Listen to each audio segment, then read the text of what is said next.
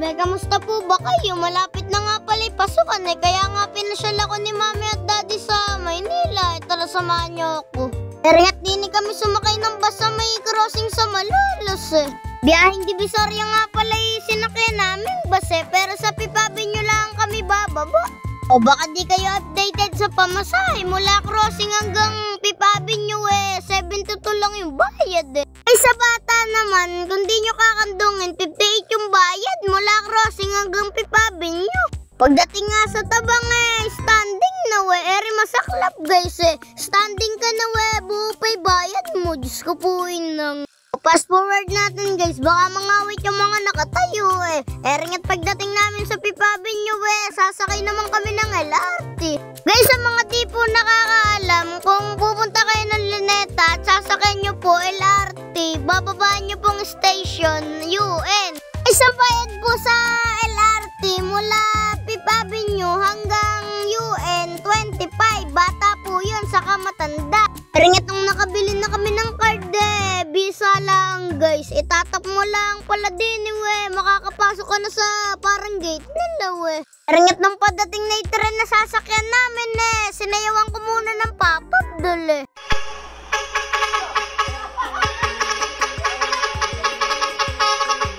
Ngayon naman ang driver sa akin, mano nga sumakay na lang tayo.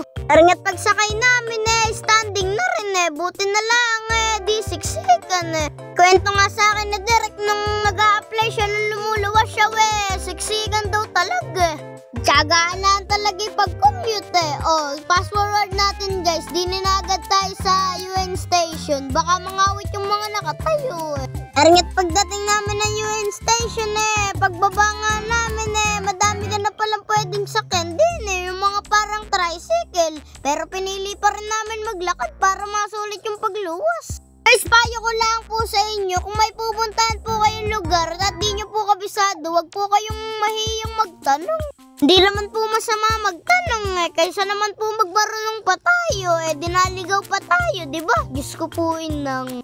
Ingat lang din po kayo sa pagtawid lalo na po din sa Maynila, napakadaming sasakyan, tignan nyo at may kabayo pa. Guys, gusto ko nga sana sumakay kaya lang 300 yung bayad, 30 minutes, parang di sulit. Eringat naglakad na lang kami para masulit din yung bago naming sapatos pagkadating nga namin din nawalay pagod namin ganda lang ng view. Nakakatuwa nga guys first time lang din daw pala ni Mami at Daddy pumunta din sa Luneta Park Eringat sabi ko kay Mami pogi pala ka ako ni Idol, ganda ng hawi ng buhok. Sarap lang sa pakiramdam. Dati napapanood ko lang sa TV ngayon napuntahan ko na. Guys, kayo ba napuntahan nyo na din ba Eringat pagkatapos namin mag-selfie saka mag-video nanginain muna kami ng kwek-kwek saka fishball din sa puno-puno rin Eringat nagpahinga muna kami ng saglit susunod nga namin pupuntahan yung National Museum nandun nga daw kasi si Lolong Eringat nung nakapagpahinga nga kami pinuntahan na namin na ring dancing fountain gabi nga daw maganda din kaya nga lang di kami pwede magpagabi madami kaming gustong puntahan. Masyal kayo din sa Luneta sunod naman nating puntahan yung National Museum Eringat nilakad na lang namin National Museum mula Luneta malapit lang kasi guys sa tansya ko mga 5,000 hakbang. Diyos ko po inang natansya pa. Guys, din pala sa National Museum bago ka pumasok hihingin ka ng isang ID tsaka walang bayad. Mukhang di ko mapapakita sa inyo mga lahat ng nakita namin kasi nga bawal yung mag-video Pero kailangan natin sumunod sa rules. Pag sinabing bawal, bawal. Pag sinabing pwede, edi maganda. Ganun lang ngayon guys. Diyos ko po inang, huwag kayong makulit. Guys, suggest ko lang sa inyo, pag pupunta kayo ng Maynila, isa rin sa puntahan ninyo. Pala kayo guys, mamamangha kayo sa makikita nyo din, lalo na si Lolong, laki lang. Fast forward natin guys, total di nyo naman nakita yung mga nakita pumunta na lang tayo ng Baclaran. Dini pala sa Baclaran may mabibili kang brief 30 25 isang kilo di kaya gamit yun guys. Diyos ko po inang. Tingit dumaan na rin kami sa simbahan para magdasal na rin saka magpasalamat guys, laki pala ng simbahan nila din sa Baclaran. Tingit pagkatapos namin magdasal pupunta naman kami ng MOA para kumain Guys, mula din sa Baclaran hanggang MOA, sasakay naman kami ng multicab. Isang pamasahe naman po mula Baclaran hanggang MOA.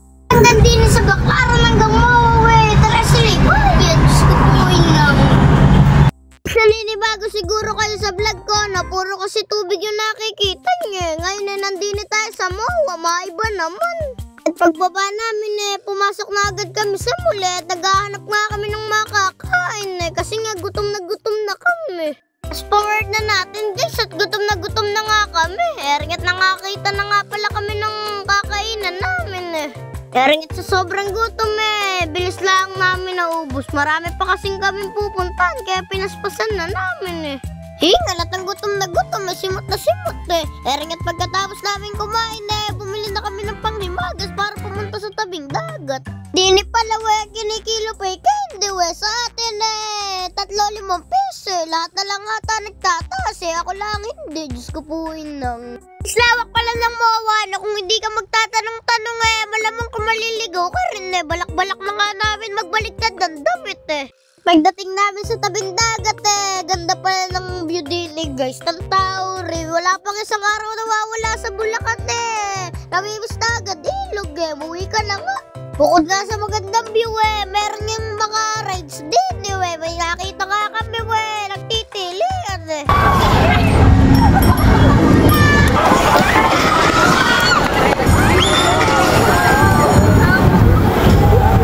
fast forward natin guys, punta naman tayo ng Quiapo Eringat pa sakay na kami ng LRT Nagpabuhat na nga lang ako kay Derek at ngalay na ako ginusto mo yan Punta nga kami ng Quiapo, baka ma-tempuhan namin yung taping ng Batang Quiapo ma-extra pa ako, bisa ata.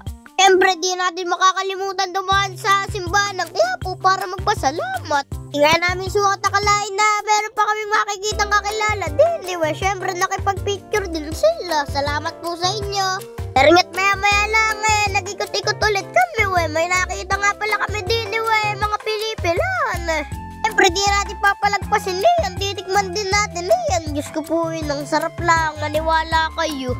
Ay sir na may tikman natin, dried pusit na iniihaw. Tingnan nyo naman yung mga bumibili, mukhang masarap.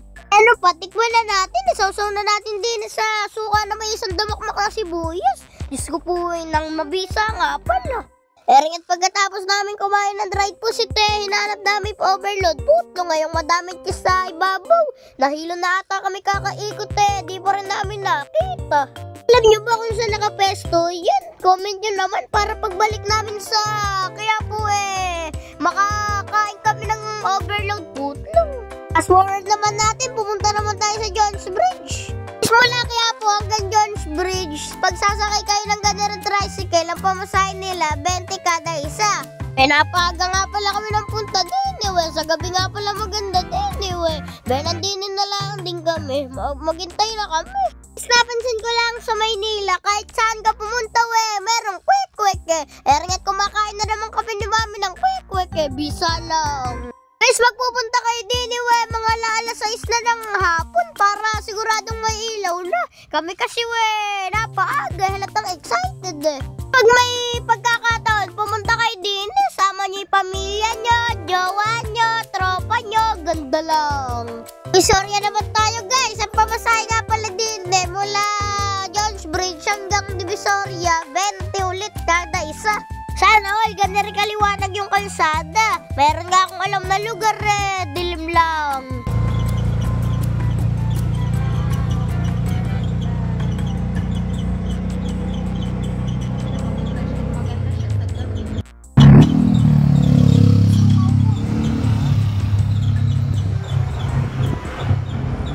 Sa Tutubong kami pumunta dahil nga merong food park din Guys, alam nyo ba nireels kong umuusok? Di na yun, panoorin ninyo. Eringat parang hindi uusok yan niluluto pala sa usok tignan nyo nga yung hinahalo pa. Guys, ang presyo nga pala 150 Guys, ang tawag nga pala din smoking ball. Pwede ding magic ice cream. Tingnan nyo.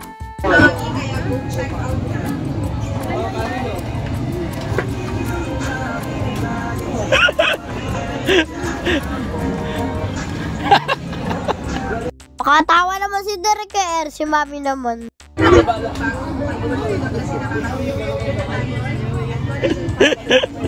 Sir, masarap nila riwet ang hulo. Guys, pag pumunta kayong Divisoria, pumunta rin kayo din. Marami pang makakain, maniwala kayo. At di na namin tinikman lahat ng pagkain din baka kasi maiwanan kami lang last trip na baliwag. Ringat nagpababa na lang ako kay Derek para mabilis. Guys, pinabot ako ni Derek. Skupuin lang. Puntahan niyo yung mga pinuntahan ko na siguradong mag-i-enjoy kayo. Maraming salamat po sa pagsuporta at pagmamahal. Pa-like and share naman po. Pa-follow na rin po. Tatapusin niyo pa yan. Sana, Diyos ko po lang.